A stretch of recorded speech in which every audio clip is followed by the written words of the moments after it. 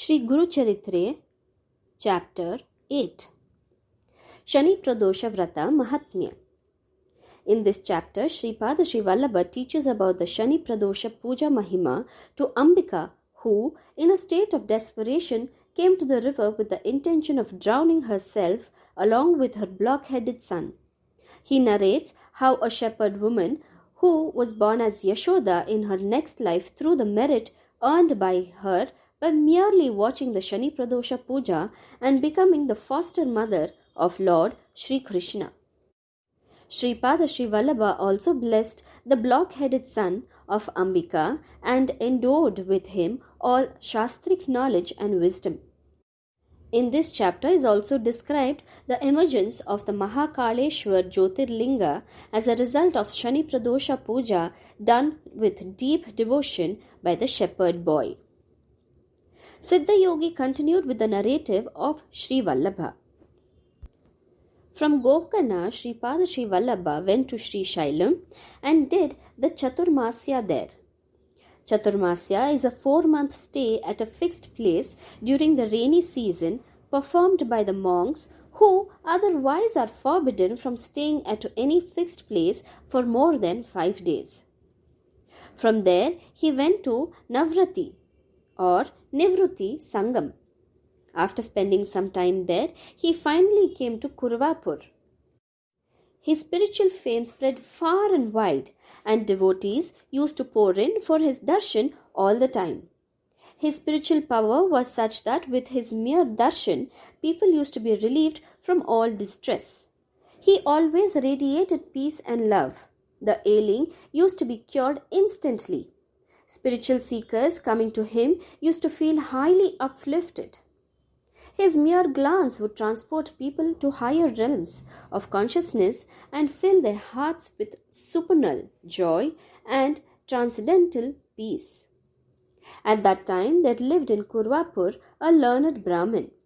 His wife's name was Ambika. She gave birth to many children, but except the last one, none of the others survived.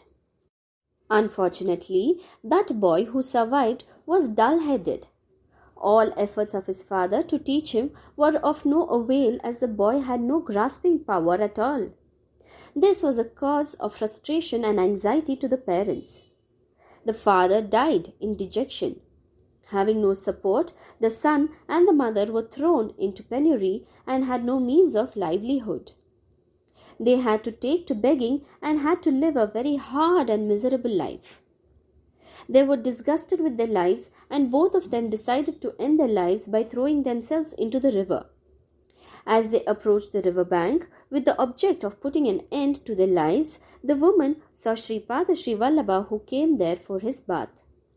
Seeing the halo around his face and the divinity in his looks, her aching heart was soothed and her desperation overcome by a newborn peace, hope and joy in her heart. The compassion and love in Sripada's looks charged new life in her depressed and broken heart.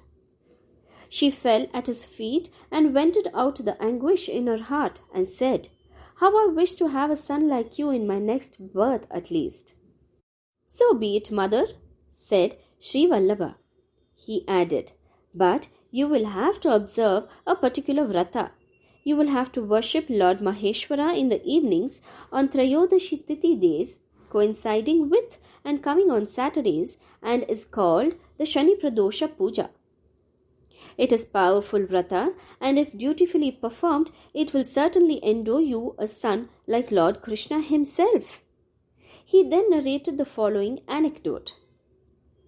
Once upon a time there lived a king named Chandrasena in Ujjain.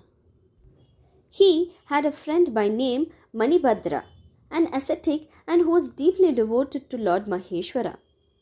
Lord Maheshwara was much pleased with Manibhadra's devotion, gave him the celestial gem in the shape of Marakatha Linga.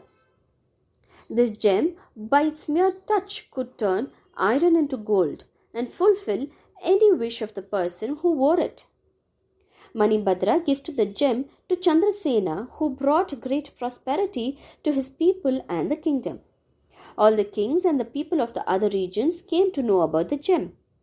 Some of the neighboring kings wanted to get possession of the gem and they plotted and invaded Ujjain. That day happened to be Shani Trayodashi day and the king was engaged in worship in the Shiva temple. Although he was told about the invasion of his kingdom by the enemy kings, he remained unperturbed and unmoved and did not leave from his place of worship. One of the cowherd boys saw the king's worship and he was also seized with a desire to worship. He picked up a round stone and started worshipping it as Shivalinga. It was getting late in the night, but the boy remained totally absorbed in the puja. As the boy did not return home while all his companions returned back, his mother felt worried. She came searching for him and found him doing his worship. She asked him to stop the puja and return home along with her instantly. But the boy refused to move from there. The mother got furious and threw out the stone which he was worshipping as the Shivalinga.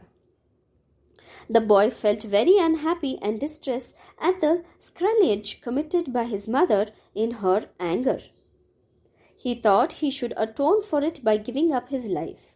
Lord Shiva was very much moved by the anguish and the sincere and deep devotion of the boy and appeared before him in linga form, dazzling with millions suns' effulgence. It was the manifestation of the Jyotirlinga.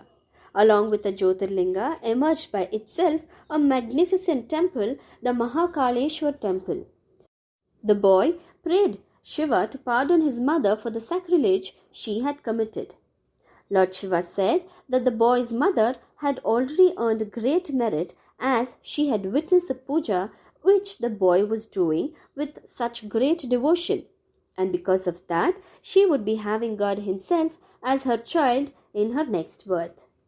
Meanwhile, the brilliance of the light emanating from the Jyotirlinga was spreading far and wide, far up to the horizon and in all directions.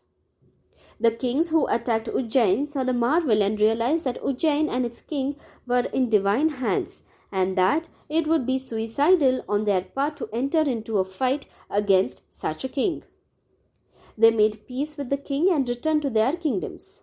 Thus Ujjain remained safe, the king and the people remaining unscathed by the enemy's attack. And all this was possible due to the power of Shani Pradosha Puja. The king made the shepherd boy the ruler of the shepherd community and gifted him with many villages to rule. The shepherd boy's mother felt very penitent for the sacrilege she had committed by casting away the stone, which her son was worshipping with such great devotion.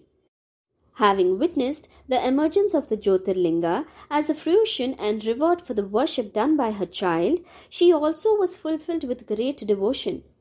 In her next birth, she was born as Yashoda. As foretold by Lord Shiva, she became the foster mother of Lord Sri Krishna. This was the merit she earned by merely witnessing the Shani Pradosha Puja being done by her son. Had she done the puja herself, Lord Krishna would have been born to herself as her own son.